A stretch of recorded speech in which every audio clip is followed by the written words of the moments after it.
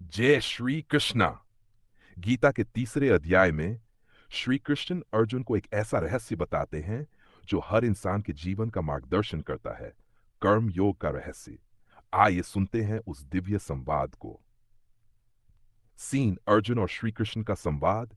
युद्ध भूमि में रथ पर खड़े हैं।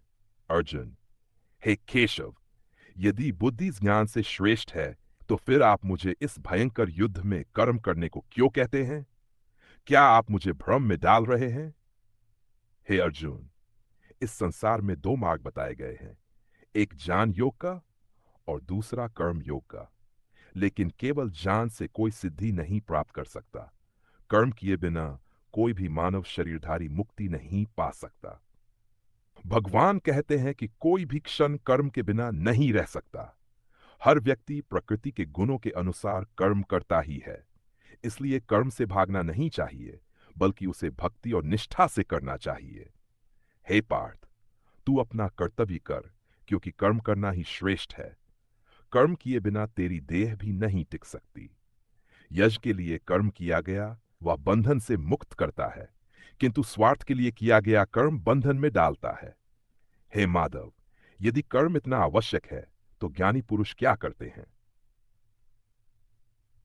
ज्ञानी लोग भी कर्म करते हैं, लेकिन फल की इच्छा के बिना। वे संसार के हित के लिए कर्म करते हैं, दूसरों को प्रेरणा देने के लिए। मूढ़ लोग तो अपने लाभ के लिए कर्म करते हैं, लेकिन ज्ञानी आत्मा को समझते हुए निष्काम भाव से कर्म करता है। श्री कृष्ण अर्जुन को यह भी बताते हैं कि हमें मोह, अहंकार और लालच से दूर रहकर अपने स्वधर्म का पालन करना चाहिए। हे अर्जुन, अपने कर्तव्य का पालन करो, चाहे वह कितना भी कठिन क्यों न हो। पराये धर्म का पालन करने से अपना धर्म श्रेष्ठ है, क्योंकि वह तुझे तेरा लक्ष्य दिला सकता है। अध्याय 3 का सार यही है, कर्म करो लेकिन फल की इच्छा मत करो। अपने कर्म को प्रभु को समर्पित करके निष्काम भाव से कर्म करना ही कर्म योग है। यही जीवन का सच्चा माउट्रो। श्री कृष्ण अब अर्जुन को समझाते हैं, कर्म केवल बाहरी कार्य नहीं, बल्कि आत्मा के उद्धार का माध्यम है। आइए सुनते हैं कर्म और यज्ञ का दिव्य रहस्य। हे अर्जुन, ब्रह्मा ने सृष्टि की रचना करते समय यज्ञ के साथ मनुष्यों को उत्पन्न किया और कहा, यज्ञ करो, इससे देवता संतुष्ट होंगे और वे तुम्हारी आवश्यकताओं की पूर्ति करेंगे। ये प्रकृति का चक्र है। यज्ञ से वर्षा होती है, वर्षा से अन्न, अन्न से प्राणी और प्राणी फिर कर्म करते हैं। इसलिए जो बिना यज्ञ के भोग करता है वह चोर है। हे पार्थ, जो व्यक्ति यज्ञ के लिए ही कर्म करता है वह पवित्र होता है, लेकिन जो केवल स्वाद और लाभ के लिए कर्म करता है वह पाप का भागी बनता है। इसलिए अपने कर्मों को यज्ञ रूप में करो। श्री कृष्ण आगे बताते हैं, ज्ञानियों को भी कर्म करना चाहिए ताकि वे अज्ञानी लोगों को प्रेरित कर सकें, वरना समाज में अराजकता फैल जाएगी। हे अर्जुन, ज्ञानी व्यक्ति को चाहिए कि वह अज्ञानी के मन में भ्रम न फैलाए, बल्कि स्वयं कर्म करके उन्हें कर्म करने की प्रेरणा दे, क्योंकि सभी प्राणी प्रकृति के गुणों के अनुसार कर्म करते हैं। मूर्ख लोग अहंकारवश सोचते हैं, मैं करता हूं, लेकिन ज्ञानी जानता है कि वास्तव में प्रकृति ही कार्य कर रही है। अब श्री कृष्ण अर्जुन से बहुत सीधी बात करते हैं, क्योंकि अर्जुन अभी भी भ्रमित है कि युद्ध करना सही है या नहीं। हे भारत, प्रत्येक व्यक्ति को अपने स्वधर्म का पालन करना चाहिए, चाहे वह कठिन और दोषयुक्त ही क्यों न हो, क्योंकि परधर्म का पालन करने से आत्मा का पतन हो सकता है। स्वधर्म में मृत्यु भी कल्याणकारी है। हे मधुसूदन, यदि ज्ञानी व्यक्ति भी कर्म करता है तो फिर मोह और लालच से कैसे बचा जाए? शांत और गंभीर स्वर में, काम और क्रोध यही दो महाशत्रु हैं। वे आत्मा के शत्रु हैं जो जान को ढक लेते हैं। इसलिए हे अर्जुन, पहले इंद्रियों को वश में करो, फिर मन को, फिर बुद्धि को, और फिर उस परम आत्मा को पहचानो जो सबसे ऊपर है। अध्याय 3 के अंत में श्री कृष्ण अर्जुन से कहते हैं, उठो अर्जुन, कर्म करो, अपने धर्म के मार्ग पर चलो और काम क्रोध जैसे शत्रुओं को जीतकर योगी बनो। क्या युद्ध करना वास्तव में धर्म है? क्या कर्म में लगना ही मुक्ति का मार्ग है? श्री कृष्ण अब अर्जुन को बताते हैं कर्म को बांधने वाला असली शत्रु कौन है। हे अर्जुन, जब आत्मा शुद्ध होती है तब भी एक शत्रु उसे बांधने आता है, यानी इच्छा। ये काम अग्नि की तरह कभी शांत नहीं होता। यही काम से क्रोध उत्पन्न होता है और क्रोध से भ्रम, भ्रम से बुद्धि का नाश होता है। श्री कृष्ण कहते हैं काम और क्रोध ही मनुष्य के सबसे बड़े शत्रु हैं। ये दोनों बुद्धि को भ्रमित कर उसे उसके धर्म से भटका देते हैं। हे भारत, इंद्रियां मन से ऊपर हैं, मन बुद्धि से ऊपर है, लेकिन आत्मा इन सब से भी श्रेष्ठ है। इसलिए पहले इंद्रियों को वश में करो, फिर मन को, फिर बुद्धि को शुद्ध करो और अंत में आत्मा को पहचानो। तभी तू इस महान शत्रु काम को जीत सकेगा। गंभीर स्वर में सोचता है। अब धीरे धीरे उसका मोह कम हो रहा है। श्री कृष्ण का यह उपदेश अर्जुन के भीतर नया उत्साह भरता है। अब वह जानता है कि कर्म से भागना समाधान नहीं है, बल्कि कर्म को भगवत भक्ति के साथ करना ही मुक्ति का मार्ग है। इसलिए हे अर्जुन, कामरूप इस महाशत्रु को आत्मज्ञान और संयम से पराजित कर और अपने स्वधर्म का पालन कर। यही तेरा कर्तव्य है, यही तेरा योग है।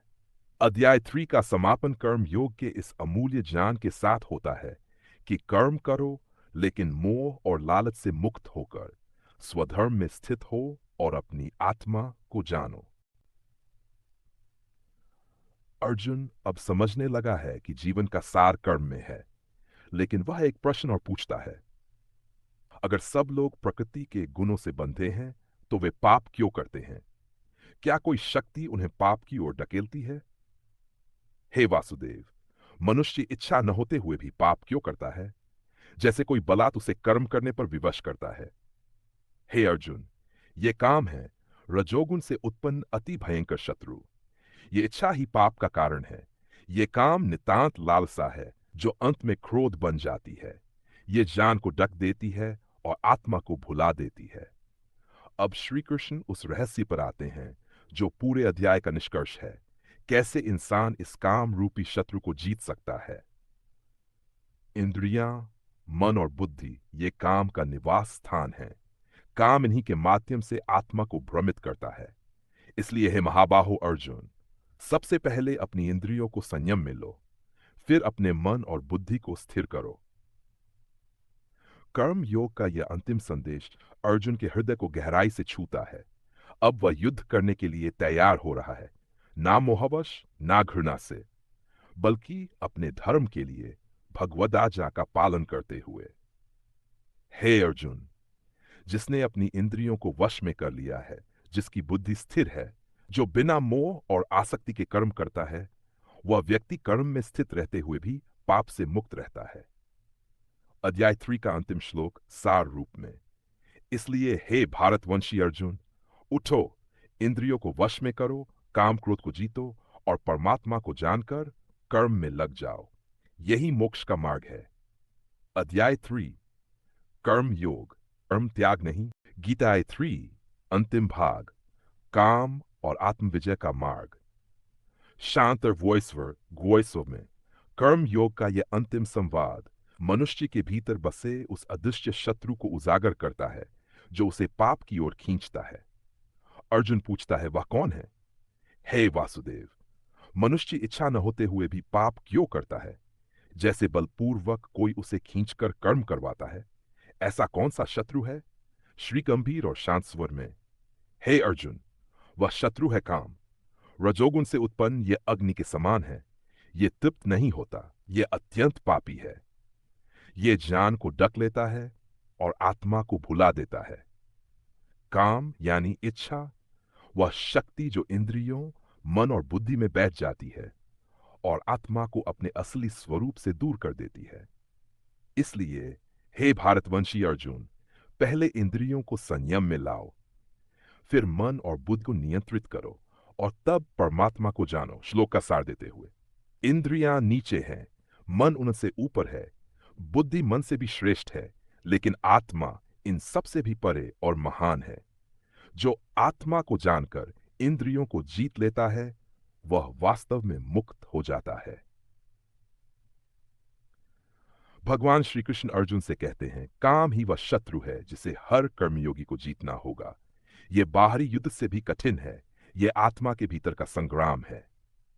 अपनी इंद्रियों को संयमित करो, काम और क्रोध को जीतो और आत्मा को जानकर निष्काम कर्म में लग जाओ। यही है कर्मयोग, यही है मुक्ति का मार्ग। यहीं समाप्त होता है भगवद गीता का 3रा अध्याय, कर्म योग का दिव्य ज्ञान। यदि आपको यह वीडियो पसंद आया हो तो कमेंट करें, मैं काम को जीतूंगा। सब्सक्राइब करें अगले अध्याय ज्ञान योग अध्याय 4 के लिए और वीडियो को लाइक करना न भूलें। जय श्री कृष्ण।